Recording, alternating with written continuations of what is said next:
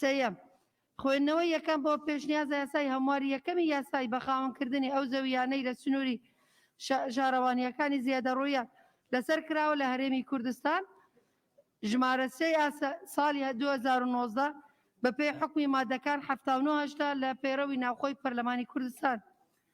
چوارەم خوێندنەوەی دووەم بۆ ئەم پێشنیازە یاسا و بریارانەی خوارەوە بە پێی حکمی مادەکان 1970 لە پێرەوی ناوخۆی پەرلەمانی کوردستان.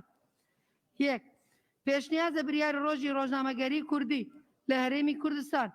دوو پێشنیازە یاسای بەڕێوەبردننی و پاراستنی شوێنەوار و کەلەپور لە هەرێمی کوردستان.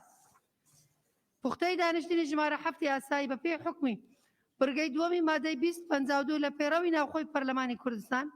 پوختەی دانیشتنی ژمارە 7 یاسایی خولی بەهارەی ساڵی سێیەم لە خولی پێنجەمی هەڵبژاردننی پەرلەمان لە کاتژمێر 11 پێشنوەڕۆ ڕۆژی چوارشەممە ڕێکەوتی 4/4/2021 بەم شێوەیە خوارەوە بوو.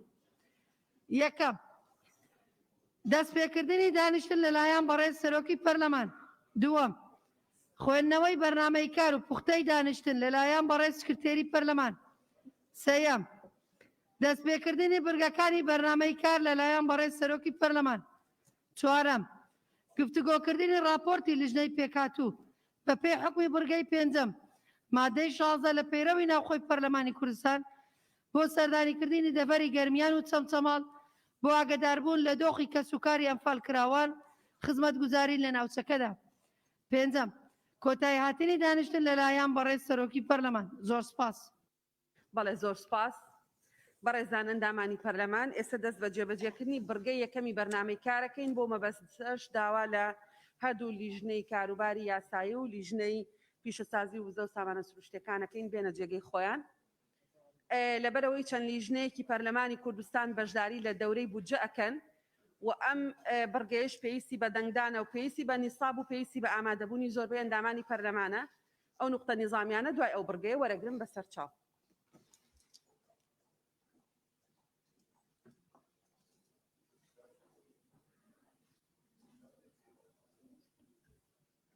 سەرۆکایەتی لیژنەی وزە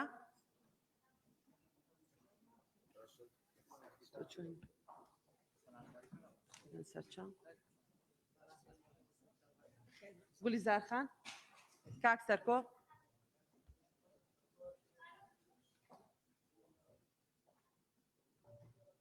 سەرۆکایەتی لیژنە نیت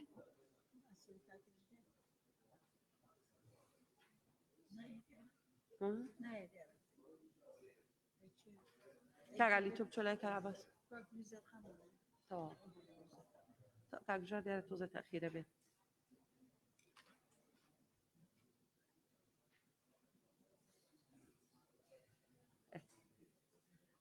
بەڵێ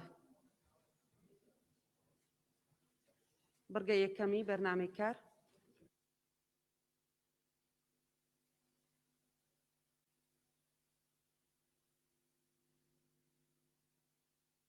تانەگرین دوای ئەوە لە بەرەوەی هاوڕەکانتان بتوانێت بەشداری لە کۆبوونەوەی لیژنەکە بکات. بەڵێ دەست پێ بکەن.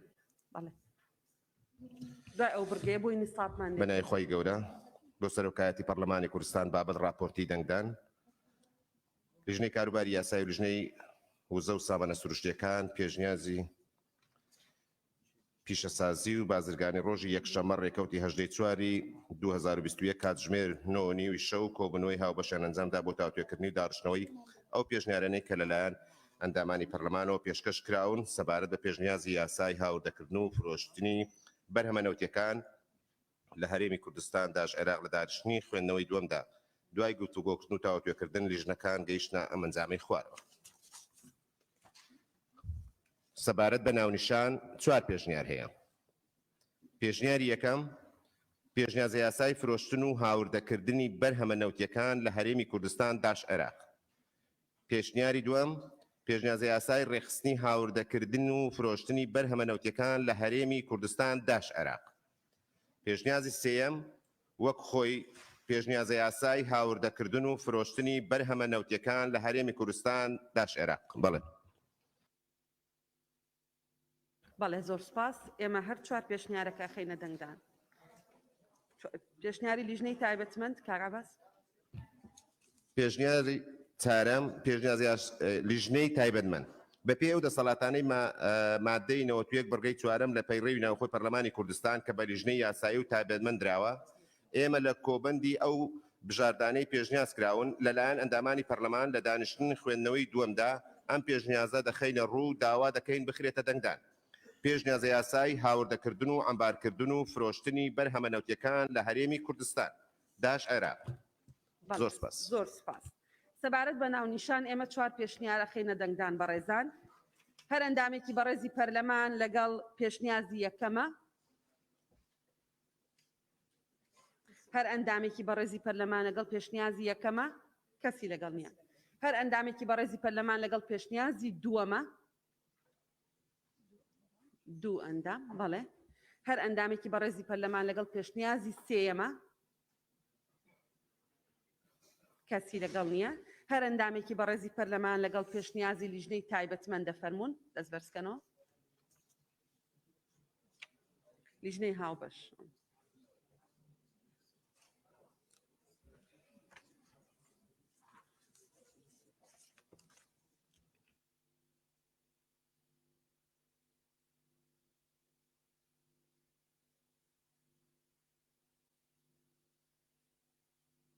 بەڵێ سپاس بە دەنگی 92 ئەندامی پەرلەمان پەسەند کرا. مادەی یەکەم. سەبارەت بە مادەی یەک 5 پێشنیار هەیە. پێشنیار یەکەم مادەکە وەک خۆی تەنیا دەستەواژەی یان بیانی لا ببرێت لە بڕگەی یەکەمدا. پێشنیازی دووەم مادەکە وەک خۆی تەنها بڕگەی دووەم بەم شێوەی لێ بکرێت. دووەم پێویستە وەزارەتی سامانە سروشتیەکان و وەزارەتی تەندروستی خشتەی پاشگۆی لە شێوەی ڕێنمایی دەربکات کە هاوتا بێت لەگەڵ خەسڵەتە جیهانیەکانی ئەو بەرهەمە نەوتیانەی کە لە بڕگەی یەکەمی ئەم مادەیە ئاماژەیان پێکراوە. پێشنیازی سێیەم مادەکە وەک خۆی تەنها بڕگەی دووەم بەم شێوەی لێ بکرێت. دووەم پێویستە وەزارەتی سامانە سروشتیەکان بە خشتەی پاشکۆ ڕێنمایی لە چوارچێوەی خەسڵەتە جیهانیەکان ئەو بەرهەمە نەوتیانەی کە لە بڕگەی یەکەمی ئەم مادەی هاتووە دەربکات.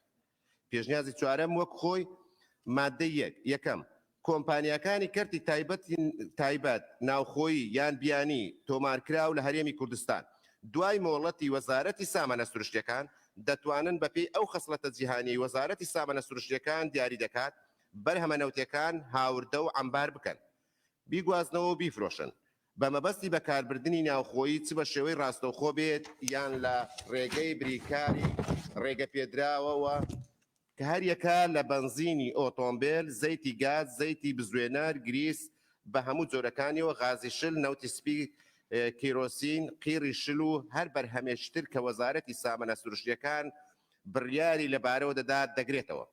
دووەم پێویستە وەزارەتی سامانە سروشتیەکان خشتەی پاشکۆ لە شێوەی ڕێنمایی دەربکات کە هاوتا بێ لەگەڵ خەسڵەتە جیهانیەکانی ئەو بەرهەمە نەوتیەی کە لە بڕگەی یەکەمی ئەم مادەیە ئاماژەی پێکراوە. پێشنیازی پێنجەم پێشنیازی لیژنەی تایبەتمەند مادەکە بەم شێوەیە خۆی لیژنەی هاوبەشە تایبەتمەند ینی لیژنەی هاوبەشی لیژنەی یاسایی و لیژنەی سامانە سروشتیەکان مەبەستەکە لەمەیە ئەو لە چاپەکەوەیە. مادەکە بەم شێوەی لێ بکرێت. یەکەم کۆمپانیاکانی کەرتی تایبەت ناوخۆیی یان بیانی تۆمارکراو لە هەرێمی کوردستان دوای وەرگرتنی مۆڵەتی وەزارەتی سامانە سروشتیەکان دەتوانن بەپێی ئەو خەسڵەتە جیهانیەی وەزارەت دیاری دەکات بەرهەمە نەوتیەکان هاوردە و ئەمبار بکەن، بیگوازنەوە و بیفرۆشن بە مەبەستی بەکاربردنی ناوخۆیی چ بە شێوەی ڕاستەوخۆ بێ یان لە ڕێگەی بریکاری ڕێگە پێدراوە کە هەر یەکە لە بنزینی ئۆتۆمبیل، زەیتی گاز، زەیتی بزوێنەر و گریس بە هەموو جۆرەکانیەوە، غازی شل، نەوتی سپی، کیرۆسین، قیری شل، پەترۆکیمیایی و هەر بەرهەمشتر کە وەزارەت بڕیاری لەبارەوە دەدات دەگرێتەوە. دووەم پێویستە وەزارەت خشتەی پاشکۆ لە شێوەی ڕێنماییدا دەربکات کە هاوتا بێ لەگەڵ خەسڵەتە جیهانیەکانی ئەو بەرهەمە نەوتیانەی کە لە بڕگەی یەکەمی ئەم مادەیە ئاماژەی پێکراوە. بەڕێزان زۆر سپاس. سەبارەت بە مادەی یەک 5 پێشنیاز هەیە. هەر ئەندامێکی بەڕێزی پەرلەمان لەگەڵ پێشنیازی یەکەمە. یەک ئەندام. هەر ئەندامێکی بەڕێزی پەرلەمان لەگەڵ پێشنیازی دووەمە. یەک ئەندام. هەر ئەندامێکی بەڕێزی پەرلەمان لەگەڵ پێشنیازی سێمە. دوو ئەندام. هەر ئەندامێکی بەڕێزی پەرلەمان لەگەڵ پێشنیازی چوارەمە وەک خۆی کەسی لەگەڵ نییە. هەر ئەندامێکی بەڕێزی پەرلەمان لەگەڵ پێشنیازی لیژنەی هاوبەشە.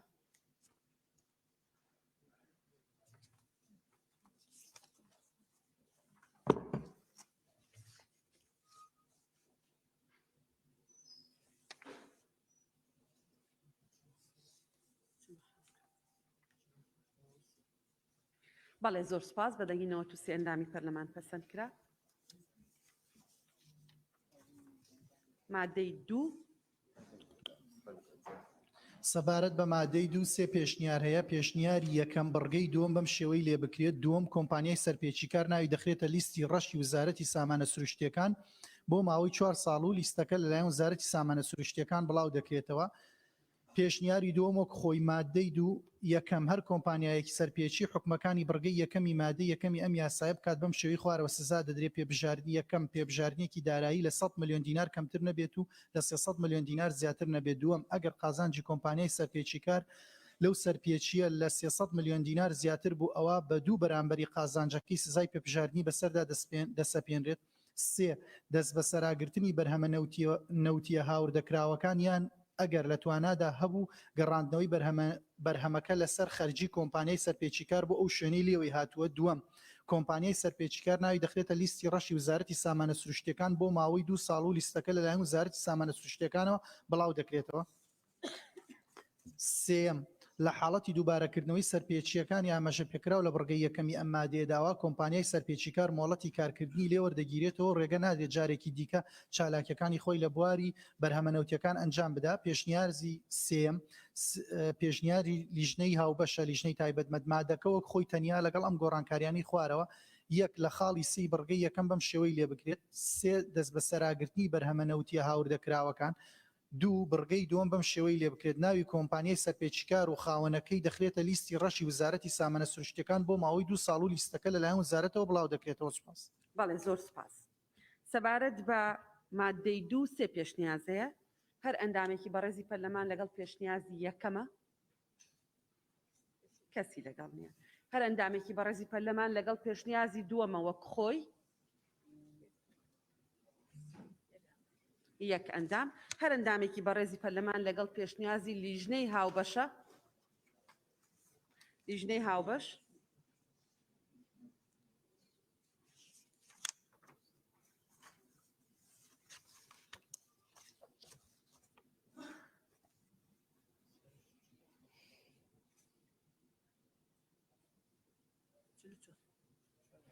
زۆر سپاس بەدەنگینەوە تو یەک ئەندامی پەرلەمان پەسەند کرا. مادەی دوای ئەوە بەڕێز سەرۆکی پەرلەمان سەبارەت بە مادەی 3-4 پێشنیار هەیە. پێشنیاری یەکەم مادەکە وەک خۆی تەنیا بڕگەیەک بۆ ئەو مادەیە زیاد بکرێت بە زنجیرەی چوارەم بەم شێوەی خوارەوە. چوارەم پێویستە شوێنی ئەمبارەکان دوور بێت لە شوێنی نیشتەجێبوون. پێشنیاری دووەم مادەکە وەک خۆی تەنیا بڕگەی یەکەم لەم مادەیە بەم شێوەی لێ بکرێت. یەکەم بەپێی ئەو ڕێکسازیانەی لەلایەن وەزارەتی سامانە سروشتیەکانەوە پەیڕەو دەکرێت دەتوانن بە مەبەستی فرۆشتنی بەرهەمەنەوتیە هاوردەکراوەکان بەنزیخانە بەکرێ بگرن. پێشنیاری سێم وەک خۆی مادەی سێ یەکەم کۆمپانیا هاوردەکارەکان بەپێی حکومەکانی ئەم یاسایە دەتوانن وێزگەی فرۆشتنی سوتەمەنی و کۆگای ئەمبارکردنی بەرهەمی نەوتی تایبەت بە خۆیان دروست بکەن بەپێی ئەو ڕێکسازیانەی لەلایەن وەزارەتی سامانە سروشتیەکانەوە پەیڕەو دەکرێت. هەروە دەتوانن بە مەبەستی فرۆشتنی بەرهەمە نەوتی هاوردەکراوەکان بەنزیخانە بەکرێ بگرن. دووەم ئەو کۆمپانیایانەی کە لە بواری ئەمبارکردن و فرۆشتنی بەرهەمەنەوتیە هاوردەکراوەکان کار دەکەن نابێت کاری ئەمبارکردن و فرۆشتنی بەرهەمەنەوتیە ناوخۆییەکانیش بکەن بە پێچەوانەکەشی ڕاستە. سێم هەر کۆمپانیایەک سەرپێچی حکومەکانی بڕگەی دووەمی ئەم مادەیە بکات بە پێبژاردنێکی دارایی 500 ملیۆن بە بڕی 500 ملیۆن دینار سزا دەدرێت و لە حاڵەتی دووبارەکردنەوەی سەرپێچیەکە بە پێبژاردنێکی دارایی کە بڕەکەی 700 ملیۆن دینارە سزا دەدرێت و ڕێگەی پێ نادرێت جارێکی تر چالاکیەکانی لە بواری بەرهەمەنەوتیەکان ئەنجام بدات. لە هەردوو حاڵەتیشدا دەست بەسەر بەرهەمەنەوتیەکاندا دەگیرێت یان ئەگەر لە توانادا هەبوو بەرهەمە هاوردەکراوەکە لەسەر خەرجی کۆمپانیای سەرپێچی کار دەگەڕێنرێتەوە بۆ ئەو شوێنەی لێوەی هاتووە. پێشنیاری چوارم پێشنیاری لیژنەی هاوبەش مادەکە وەک خۆی تەنیا لەگەڵ ئەم گۆڕانکاریانەی خوارەوە. یەکەم بڕگەی دووەم بەم شێوەی لێ بکرێت. دووەم ئەو کۆمپانیایانی کە لە بواری ئەمبارکردن و فرۆشتنی بەرهەمەنەوتی هاوردەکراوەکان کار دەکەن نابێت لە هەمان کاتدا کاری ئەمبارکردن و فرۆشتنی بەرهەمەنەوتیە ناوخۆییەکانیش بکەن. دوو بڕگەی سێم بەم شێوەی لێ بکرێت. سێم هەر کۆمپانیایەک سەرپێچی حکومەکانی بڕگەی دووەمی ئەم مادەیە بکات بە پێبژاردنێکی دارایی بە بڕی 500 ملیۆن دینار سزا دەدرێت و لە حاڵەتی دووبارەکردنەوەی سەرپێچیەکە بە پێبژاردنێکی دارایی کە بڕەکەی 700 ملیۆن دینارە سزا دەدرێت و ڕێگەی پێ نادرێت جارێکی تر چالاکیەکانی لە بواری بەرهەمەنەوتیەکان ئەنجام بدات. لە هەردوو حاڵەتیشدا دەست بەسەر بەرهەمەنەوتیەکاندا دەگیرێت. سوپاس. بەڵێ زۆر سپاس بەڕێزان سەبارەت بە مادەی 3 4 پێشنیاز هەیە هەر ئەندامێکی بەڕێزی پەرلەمان لەگەڵ پێشنیازی یەکەمە 2 ئەندامی لەگەڵ 3 ئەندامی لەگەڵە هەر ئەندامێکی بەڕێزی پەرلەمان لەگەڵ پێشنیازی دووەمە کەسی لەگەڵ نییە هەر ئەندامێکی بەڕێزی پەرلەمان لەگەڵ پێشنیازی سێمە وەک خۆی یەک کەسی لەگەڵە هەر ئەندامێکی بەڕێزی پەرلەمان لەگەڵ پێشنیازی لیژنەی هاوبەشە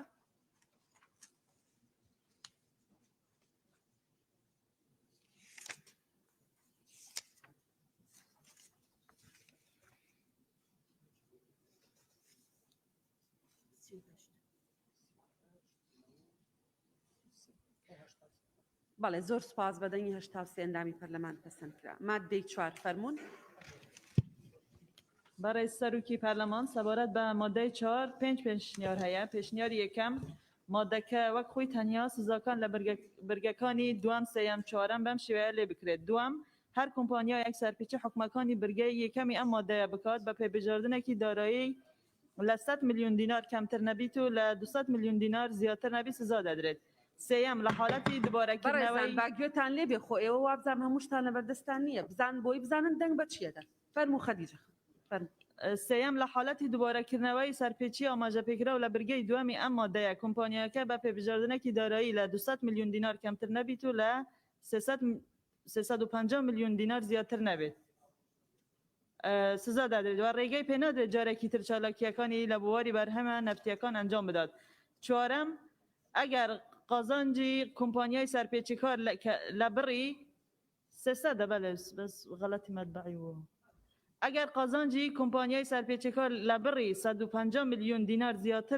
زیاتر بوو ئەوە بە 4 بەرامبەری قازانجەکەی سزای پێبژاردننی بەسەردا دەسەپێنرێت پێشنیاری دوام مادەکە وەک خۆی تەنیا لە کوتایی برگەی یەکەمدا ئەم دەستەواژەیە زیاد بکرێت و بەم شێوەیەی خۆرەوە یەکەم کۆمپانیەکانی هاوردەکردن و فروشتنی بەرهەمە نەوتیەکان بە پێی حکومەکانی ئەم یاسایە بە مەرجەکانی تەندروستی و سەلامەتی و پاراستنی ژینگە و کنترۆلی جووری بە پێی پێوەرە نێودەوڵەتیەکان پابند دەبن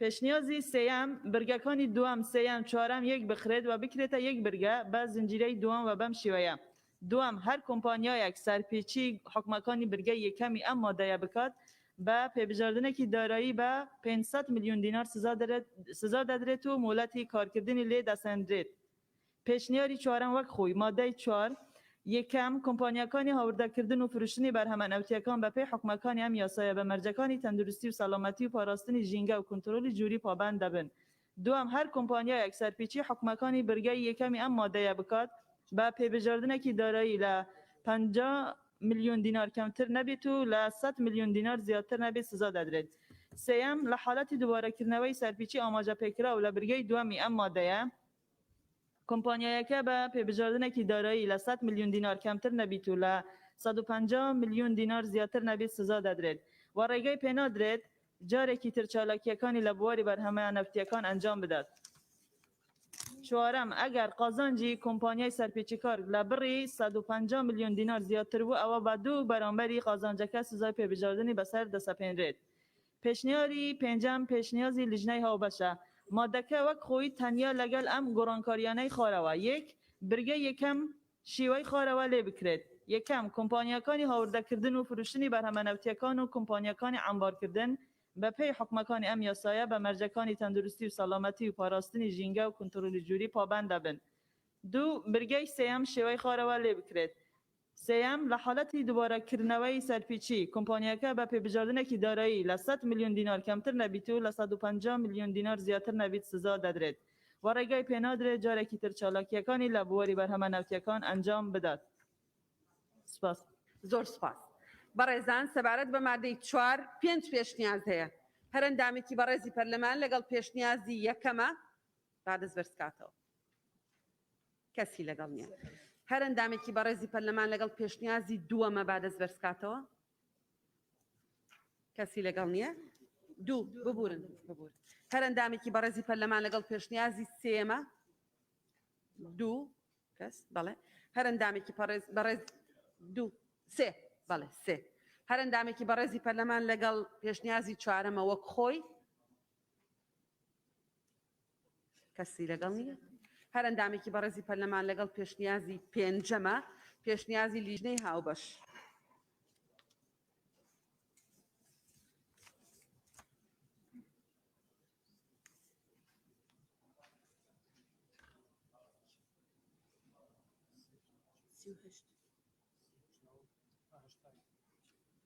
بەڵێ زۆر سپاس بەدەنی 81 ئەندامی پەرلەمان پەسەند کرا. مادەی 5 فەرمونون. بەڕێز سەرۆکی پەرلەمان سەبارەت بە مادەی 5 دوو پشنیار هەیە. پشنیاری یەکەم وەکو خۆی وەزارەتی سامانە سروشتیەکان وەزارەت بە دەستەی پەیوەندیدارەکان بە گوێرەی پسپۆری خۆیان چاودێری پابەندبوونی کۆمپانیەکان بەو مەرجە و خصلەتانەی لەم یاسایە و ڕێنمایە پەیوەندیدارەکان هاتووە لە ئەستۆ دەگرن. پشنیاری دووەم پشنیاری لیژنەی تایبەتمەند وەزارەتی سامانە سروشتیەکان وەزارەت بە دەستەی پەیوەندیدارەکان بە گوێرەی پسپۆری خۆیان چاودێری پابەندبوونی کۆمپانیەکان بەو مەرجە و خصلەتانە لەم یاسایە و یاسا بەرکارەکان هاتوون لە ئەستۆ دەگرن. بەڵێ زۆر سپاس. سەبارەت بە مادەی 5 تەنها دوو پێشنیاز هەیە. پێشنیازی یەکەم وەک خۆی هەر ئەندامێکی بەڕێزی پەرلەمانی لەگەڵە با دەست بەرزکاتەوە یەک ئەندام. سەبارەت بە پێشنیازی دووەم پێشنیازی لیژنەی هاوبەش هەر ئەندامێکی بەڕێزی پەرلەمانی لەگەڵە فەرمونون دەست بەرزکەنەوە.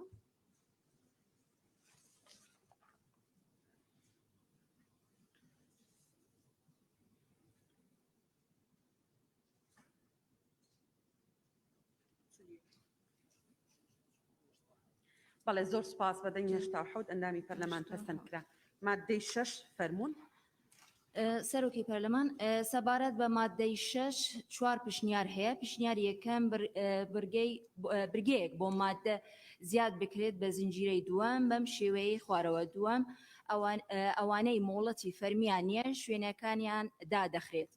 پشنیاری دووەم مادەکە بەم شێوەیە لێ بکرێت حکومەکانی ئەم یاسایە لەسەر هەموو ئەو کۆمپانیایە کە پێش دەرچوونی ئەم یاسایە مۆڵەتی کارکردنی لەم بوارەوە پێدراوە جێبەجێ دەکرێت. دەبێت لە ماوەی 90 ڕۆژدا لە جێبەجێکردنی خۆیان لەگەڵ حکومەکانی ئەم یاسایە بگونجێنن وە پامبەری پێوە بن.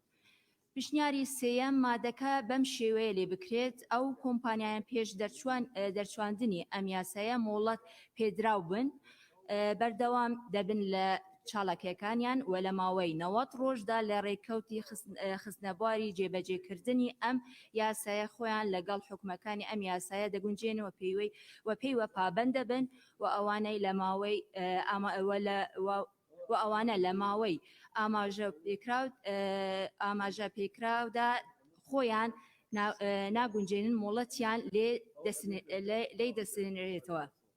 پشنیاری چوارەم وەکو خۆی ئەو کۆمپانیایان پێش دەرچواندنی ئەم یاسایە مۆڵەت پێدراو بن بەردەوام دەبن لە چالەکیەکانیان و لە ماوەی 90 ڕۆژدا لە ڕێکەوتی خستنەبواری جێبەجێکردنی ئەم یاسایە خۆیان لەگەڵ حکومەکانی ئەم یاسایە دەگونجێنن و پێیوە پابەند دەبن.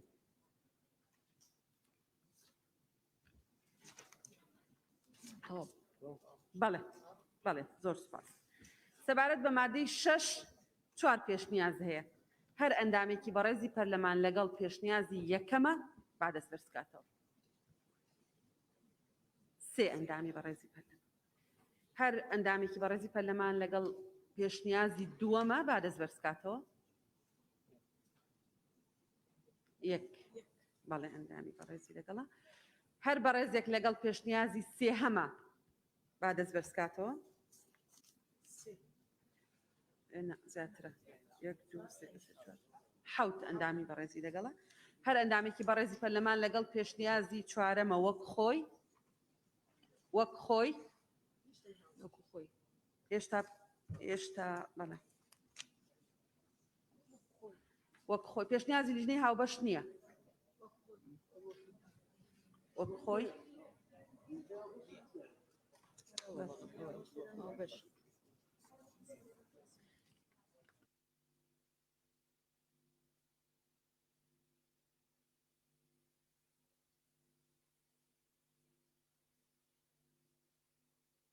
ئەندامانی بەڕێزی پەرلەمان پێشنیازی چوارەم وەک خۆی ئاخر پێشنیازە هەر ئەندامێکی بەڕێزی پەرلەمانی لەگەڵ فەرمێ دەست بەرزکاتەوە.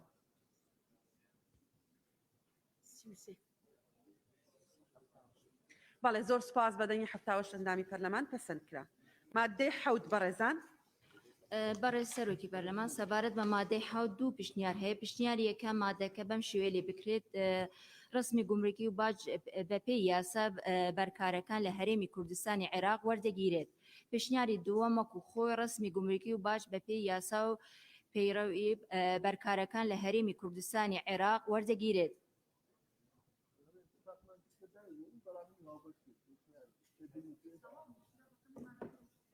بەڵێ بەڵێ گولسەرخان. مادەی حەوت ئەندامانی بەڕێزی پەرلەمان تەنها دوو پێشنیاز هەیە. پێشنیازی یەکەم هەر ئەندامێکی بەڕێزی پەرلەمانی لەگەڵە 6 بەڵێ زۆر سپاس. پێشنیازی دووەم وەک خۆی هەر ئەندامێکی بەڕێزی پەرلەمانی لەگەڵە مادەی حەوت وەک خۆی هەر ئەندامێکی بەڕێزی